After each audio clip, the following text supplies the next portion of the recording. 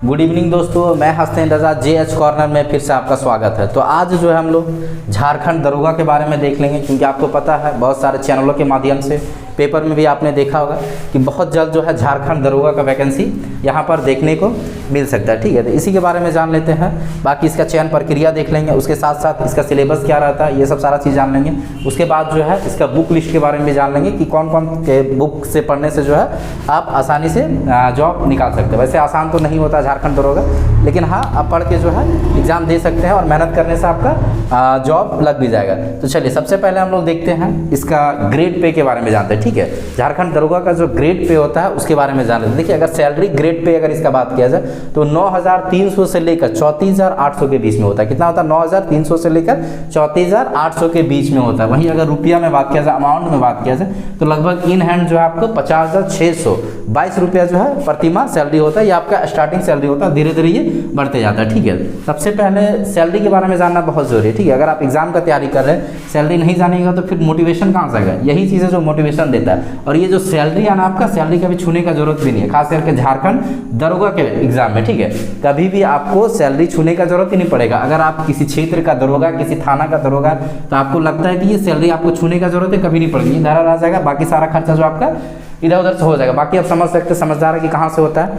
चलिए ठीक है, बाकी हम लोग देखते हैं इसमें जो है क्या क्या नोटिफिकेशन अभी तक आउट हुआ उसके बारे में हम लोग जान लेते हैं। देखिए, ऐसा कहा जा रहा है कि 946 पद जो है निकलने वाला झारखंड दरोगा का जो इस बार वैकेंसी आने वाला वो कितना रहेगा? 946 पद रहेगा। ठीक है, लेकिन आपको हम बता दें कि रिक्त पद का अगर बात किया जाए ना, झारखंड में भी रिक्त पद का बात किया जाए दरोगा के लिए, तो आपका लगभग 3,000 है। ठीक है, लगभग 3,000 है। अब मुझे पूरा अंदेशा है, ऐसा हम कह सकते हैं कि 1500 के आसपास सीट जो है बढ़ाया जाएगा। लगभग 1500 के आसपास जो है सीट रहने वाला है। ठीक है, 1500 के आसपास सीट रहने वाला है। और अगर नहीं रहा तो 946 तो खैर कन्फर्म है। तो ये चीज़ आप 946 मानकर चल सकते हैं, लेकिन हमको लगता है कि 1500 के आसपास रहे, क्योंकि 3,000 जो है रिक्त पद है। ठीक है, इसमें से कम 1500 जो है अभी आपका वैकेंसी निकलने वाला है। उसके साथ साथ अब हम लोग आगे बढ़ते हैं। सबसे पहले हम लोग देखते हैं इसका क्वालिफिकेशन के बारे में जानते हैं। क्वालिफिकेशन क्या होना चाहिए? देखिए, झारखंड दरोगा का अगर एग्जाम आप देना चाहते हैं तो इसके लिए जो है नॉर्मल ग्रेजुएशन मांगता है। किसी भी सब्जेक्ट से, किसी भी स्ट्रीम से आप कर सकते हैं। ग्रेजुएशन अगर आपका है तो ये जो आप फॉर्म भर सकते हैं। ठीक है, फॉर्म भर सकते हैं, ग्रेजुएशन होना अनिवार्य। इसके साथ साथ अब एक और चीज़ कंपलसरी कर दिया, आपको पता होगा कि 10th प्लस 12th जो है आपका झारखंड से ही होना चाहिए। 10th प्लस 12th जो है कहाँ से होना चाहिए? झारखंड से होना चाहिए। ठीक है, उसके बाद हम लोग देख लेते हैं उम्र सीमा। अगर उम्र सीमा का बात किया जाए तो 21 से 35 साल रखा गया। ठीक है, 21 से 35 साल रखा गया है। ये आपका जनरल और EWS कैंडिडेट के लिए, जनरल और EWS कैंडिडेट के लिए 21 से 35 साल रखा गया है। वहीं अगर OBC है तो OBC को जो है 2 साल छूट दिया गया। ठीक है, मतलब कि वो 37 एज तक भी जो आपका दरोगा का वैकेंसी भर सकता है। वहीं अगर ST और SC है तो 5 साल तक जो है इसका छूट मिला। ST SC को 5 साल तक और OBC को जो है 2 सालों का छूट मिला। मतलब कि OBC 37 साल तक भी भर सकता है और ST SC जो आपका 40 साल तक भी भर सकता है। ये सारा उम्र सीमा का बात हो गया। ठीक है, अब हम लोग थोड़ा सा समझ लेते हैं चयन प्रक्रिया। इसका चयन प्रक्रिया क्या रहने वाला? देखिए, पहले जो एग्जाम होता था ना, तो पहले दरोगा का एग्जाम हो या JSSC का कोई भी एग्जाम हो, झारखंड पुलिस का एग्जाम हो, डिफेंस का, झारखंड का कोई भी डिफेंस का एग्जाम हो, तो पहले क्या होता था? पहले एग्जाम होता था, उसके बाद आपका फिजिकल होता था। लेकिन अब जो है यह प्रक्रिया चेंज कर दिया गया। अब कहा दिया गया कि पहले दौड़ होगा, मतलब कि पहले फिजिकल होगा।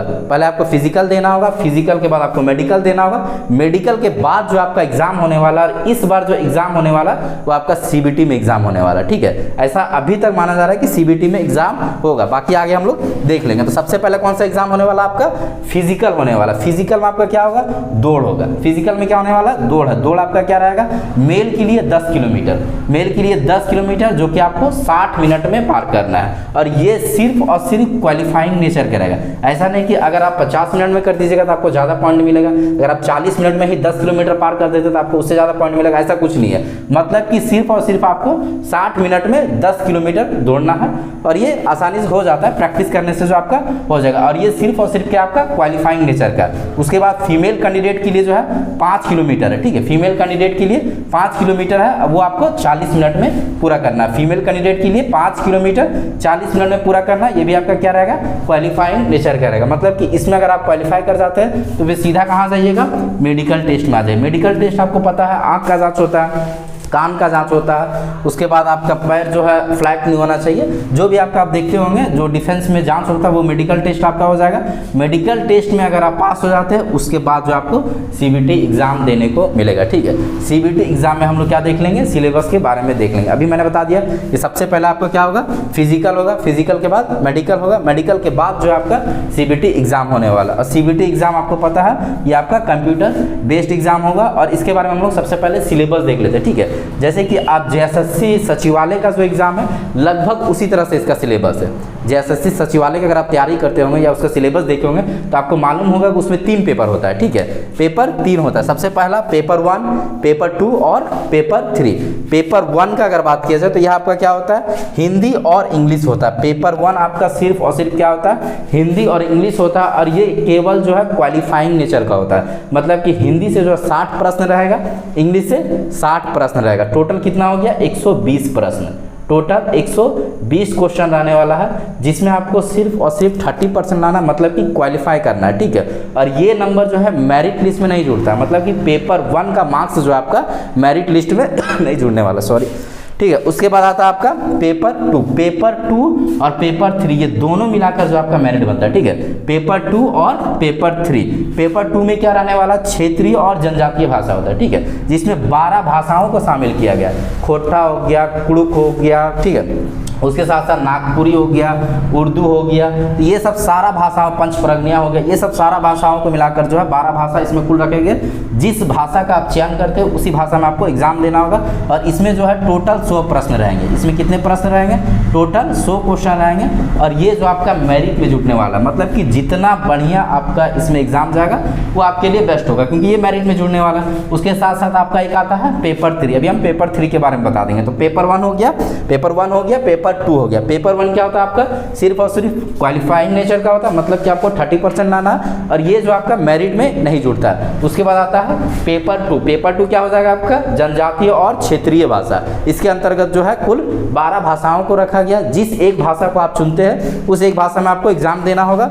टोटल इसमें 100 प्रश्न रहेगा। अब जितना बढ़िया आप इसमें कीजिएगा, जितना बढ़िया आप स्कोर कीजिएगा वो आपके लिए बेस्ट होगा। ठीक है, उसके बाद आता है अगला पेपर 3। पेपर 3 का बात किया जाए तो टोटल जो है इसमें 150 प्रश्न रहेगा।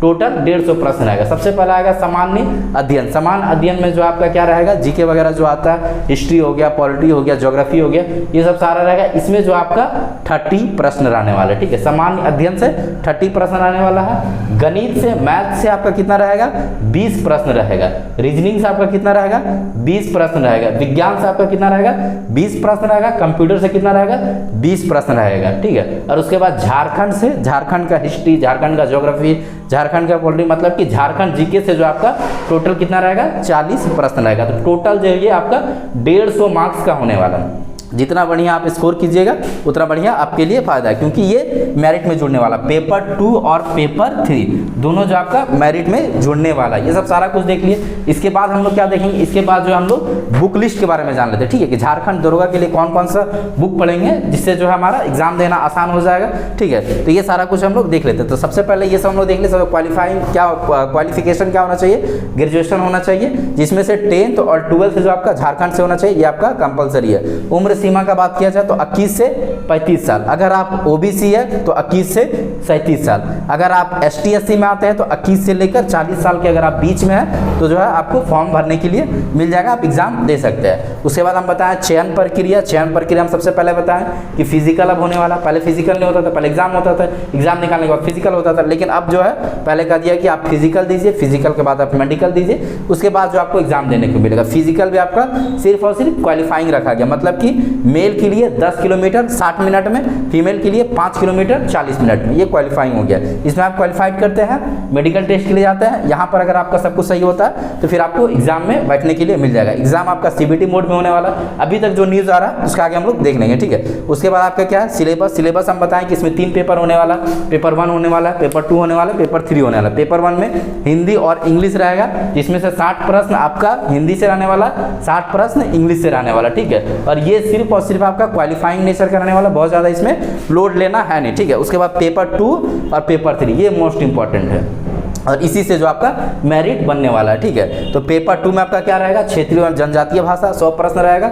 जितना बढ़िया आप स्कोर कीजिएगा आपके लिए बेस्ट है। पेपर 3 अभी हम बता दिए अलग अलग, जैसे कि आपका जीके के लिए सामान्य अध्ययन के लिए 30 प्रश्न आने वाला है, गणित से आपका 20 प्रश्न आने वाला है, तर्क शक्ति यानी कि रीजनिंग से आपका 20 प्रश्न, विज्ञान से आपका 20 प्रश्न, कंप्यूटर से 20 प्रश्न और झारखंड से जो है 40 प्रश्न। टोटल जो आपका 150 प्रश्न और इधर 100 प्रश्न, 250 प्रश्न से जो आपका क्या बनने वाला है, मेरिट लिस्ट बनने वाला है, ठीक है। तो चलिए आगे हम लोग जो है बुक लिस्ट के बारे में देख लेते हैं।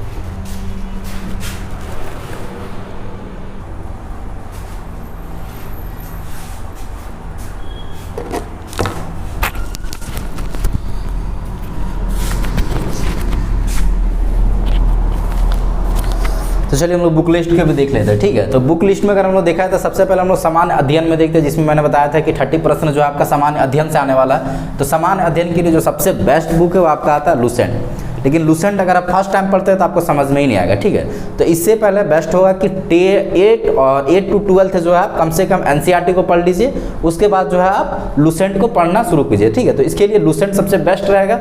उसके बाद करंट अफेयर जो है आप यूट्यूब से भी कवर कर सकते हो, उसके साथ साथ एक एडुटेरिया का बुक आता है करंट अफेयर के लिए, ठीक है। तो वहाँ से भी आप जो है करंट अफेयर कवर कर सकते हैं। तो लुसेंट और एक एडुटेरिया का बुक ले लीजिएगा, दोनों से हो जाएगा।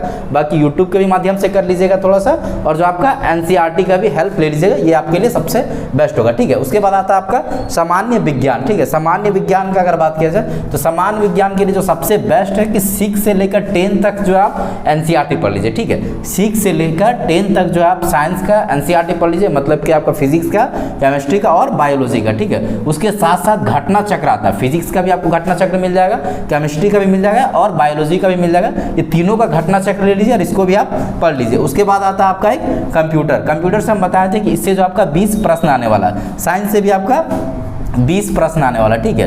तो कंप्यूटर के लिए जो है परीक्षा मंथन अभी सबसे बेस्ट है। इससे पहले लुसेंट पढ़ा जाता था, लेकिन लुसेंट से भी बढ़िया आपका कौन सा आ गया, परीक्षा मंथन कंप्यूटर के लिए, ठीक है। उसके बाद आता है गणित के लिए जो है यूट्यूब का हेल्प लीजिए, सबसे बेस्ट है। क्योंकि देखिए सबसे पहले आप गणित का टॉपिक निकालिए, ठीक है। जो टॉपिक आपको पढ़ना है यूट्यूब के माध्यम से पढ़ते रहिए, जो बेस्ट टीचर है उनका आप टॉपिक ढूंढिए और वहाँ से जो आप धीरे धीरे कवर करते रहिए, तो आपका जो है मैथ वहाँ से कंप्लीट हो जाएगा। तो यूट्यूब के माध्यम से जो आप कर सकते हैं। उसके अलावा जो है राकेश अग्रवाल सर का जो है बुक वगैरह आता है, उनसे भी आप जो है हेल्प ले सकते हैं। उसके बाद आता है आपका रीजनिंग में जो है आर.के. झा सर का एक बुक आता है, ठीक है। अरिहंत पब्लिकेशन का बुक आता है, जो कि आर.के. झा सर लिखे रीजनिंग के लिए, वो आपका बेस्ट है। बाकी यूट्यूब तो है, यूट्यूब के भी माध्यम से आप दे सकते हैं, ठीक है। यूट्यूब अभी बहुत बेस्ट हो गया, बहुत ज़्यादा बुक आपको लेने का जरूरत नहीं है। अगर यूट्यूब से बढ़िया यूटिलाइज करते हैं यूट्यूब को, तो जो है आपको बहुत ज़्यादा बुक लेने का जरूरत नहीं है, आप यूट्यूब से भी कवर कर सकते हैं। लेकिन ये सब बुक लीजिएगा तो आपके लिए बहुत बेस्ट होगा, ठीक है। और झारखंड के लिए अगर बात करें तो झारखंड का हमारा क्लास भी चलने वाला है, ठीक है। तो झारखंड का पेड कोर्स स्टार्ट होने वाला, वहाँ आप क्लास से कर सकते हैं। इसके साथ साथ जो है